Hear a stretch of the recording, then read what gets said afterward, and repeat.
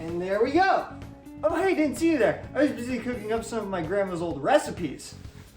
It's all in here in her own personal cookbook that she left me right before she died. Yeah, I gotta say, my grandma really only loved 4 things in life. Her grandson, cooking, Minecraft, and Terraria. And since we already have a combination of her offspring and high temperatures in one room anyways, we might as well look at some games that try to combine Minecraft and Terraria to the best of their abilities. It's what she would have wanted. And besides, what else was I gonna do while I was waiting for these things to cook up? Just like pace around? Hell no, that would have made me a pacemaker, and Grandma hated those. Minecraft, the most popular game in the world, a game with an unbelievably recognizable soundtrack and one where you can basically mod in pretty much anything at this point. Terraria, the game with over 1 million positive reviews on Steam, a game with a ton of unique items, armor, and bosses, and one with probably the best progression system in any game I've ever played. These games are so similar to each other and yet so different at the same time. They each play to their own unique strengths.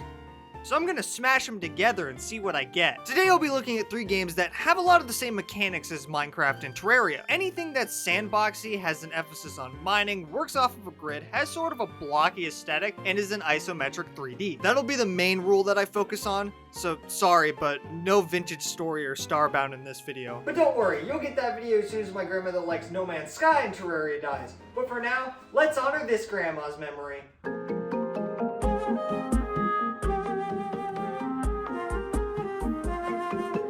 Core Keeper is definitely the most well-known game on this list. There's an extremely good chance that you've at least seen this game on Steam somewhere before. The story goes you're going on an adventure in the jungle, and then you find this weird-looking egg thing, you touch it, you turn into light, you wake up next to a different giant egg in the middle of a cavern.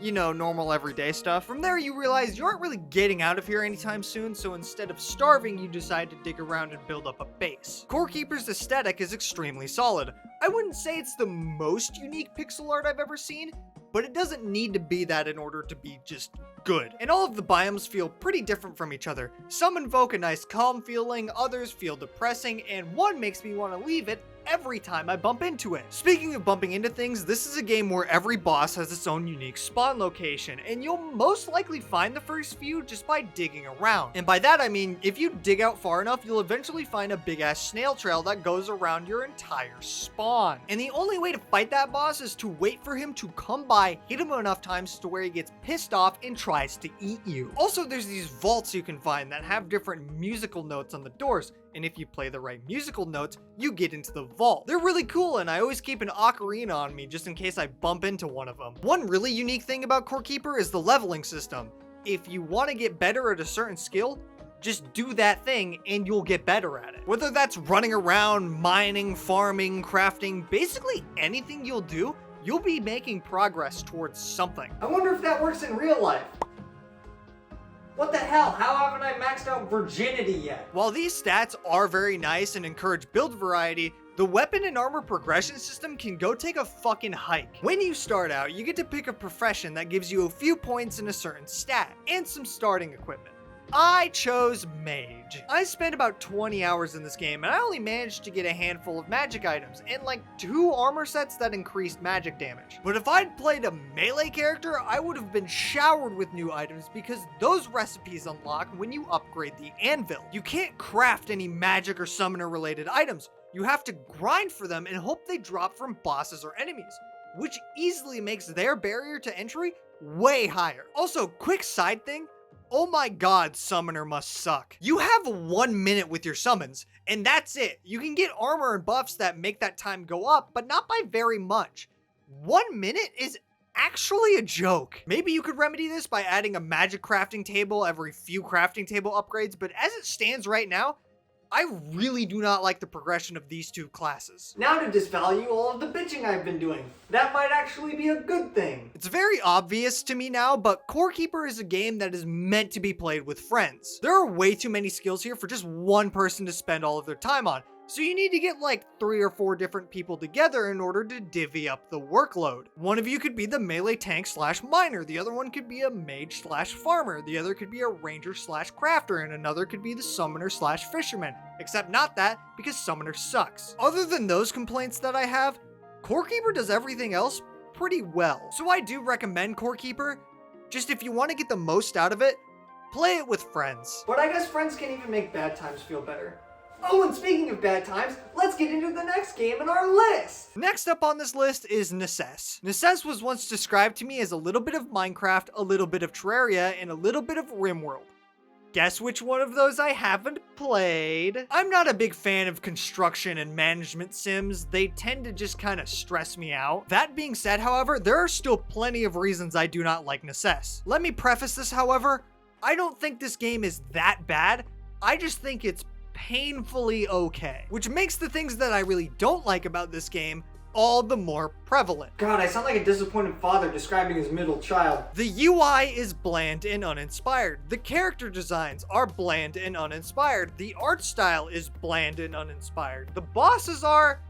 okay, the bosses are actually pretty cool. But those bosses end up being a lot harder than they should be because your character is so damn slippery.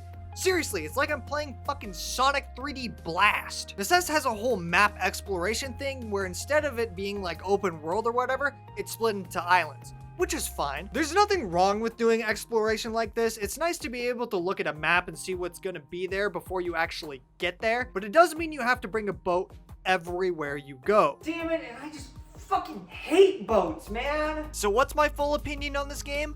Well, Ness is the kind of game that tries to do everything and then falls short, compared to Core Keeper, where it tried to do less things and succeeded at most of them. I actually think that this one gripe I have with Ness sums the whole game up pretty well. There's a tile called farmland. It's basically the thing that you plant stuff on. You end up needing a lot of this because both you and your villagers need to eat. There is no dirt item in the game, however, there is stone, grass, and sand.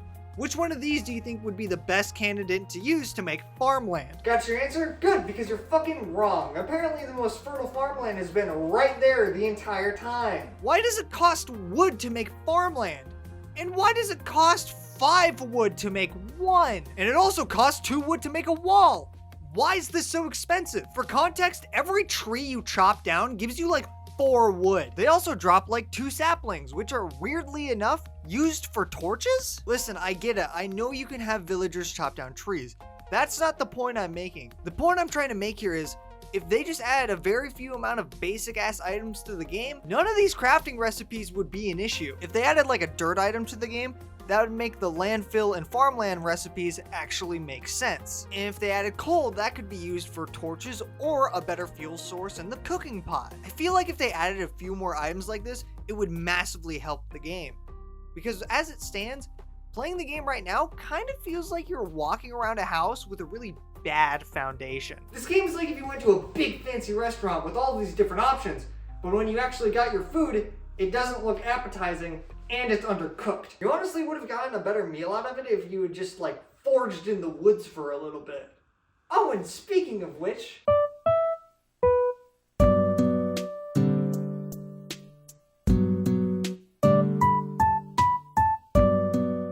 well, this is definitely the most unique game of the bunch. I know, you can't even go underground in this game, but I assure you I spent more time mining in this than I ever did in Ness. Actually, I don't know if I did or not. See, whenever I play this game, I feel like I black out for 8 hours and then wake up with better equipment and more money.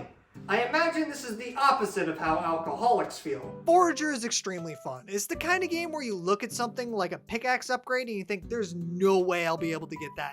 And then like an hour later you have it. Exploration is very unique because it's done by buying islands around where you start and making your way over to them. You have no idea what or who you're gonna bump into because you have no way of seeing what's on the island before you buy it. I absolutely love the art style in this game. I don't know why, but it reminds me of when I would just browse Miniclip looking for stuff to play. But the thing I love most about it is that level up sound. I'm sorry, sir. Your wife has died. Oh no, you can't be serious. You can't be real, right?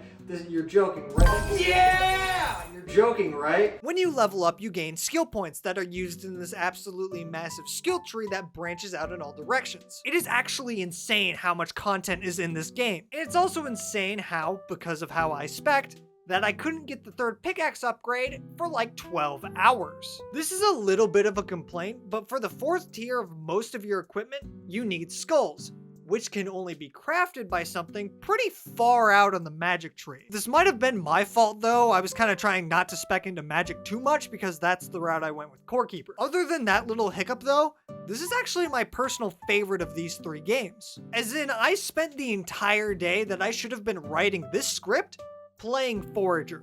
It is that fun. The music is great, the progression is addictive, and I still want to go back to it even now while just reading about it. I've put a good 17 hours into this game, and I'm only now nearing the point where bosses are unlocked, which is honestly really cool. This is the kind of thing that happens when you build onto a core idea over time, rather than just starting things out with a stupid amount of things. So after all of that, I very much recommend Forager. I also liked perusing around the extras while I was taking breaks to eat. Speaking of which... and there we go, iron bars straight from the oven, just how Grandma used to make them. I think maybe next I'll cook up a batch of Dig, Fight, Explore, Build. Or how about unleash your imagination, experience the gaming phenomenon Minecraft rebuilt for Xbox 360. Wait a minute. Huh. Well, this cookbook just got a hell of a lot more boring. It doesn't even tell me how to fight Skeletron.